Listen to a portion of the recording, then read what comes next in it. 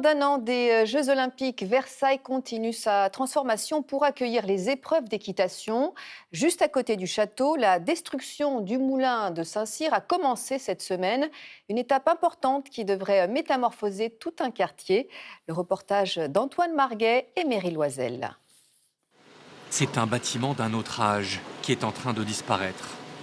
Construit en 1932, ce moulin de Saint-Cyr était devenu une verrue architecturale. Mais depuis quelques jours, les bulldozers grignotent l'édifice de 4200 mètres carrés et 21 mètres de haut que personne ici ne va regretter.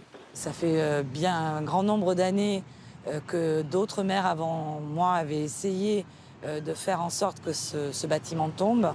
Et malheureusement, c'était toujours très compliqué. On ne va pas se mentir, l'arrivée des Jeux Olympiques a été un véritable accélérateur. Une verrue dans la perspective du château de Versailles, imaginé par André Le Nôtre.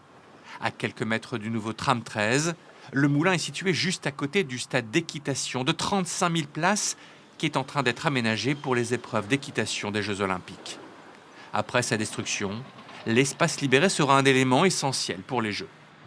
Sur cette friche, vous aurez le centre de presse pour les Jeux Olympiques. Vous savez que l'épreuve d'équitation se déroule dans le château de Versailles, à l'extrémité du parc du château. Nous sommes là immédiatement à proximité de ces futures épreuves.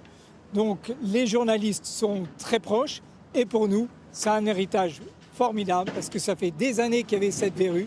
Un espace libéré qui sera aussi un héritage pour les habitants de Versailles et de Saint-Cyr.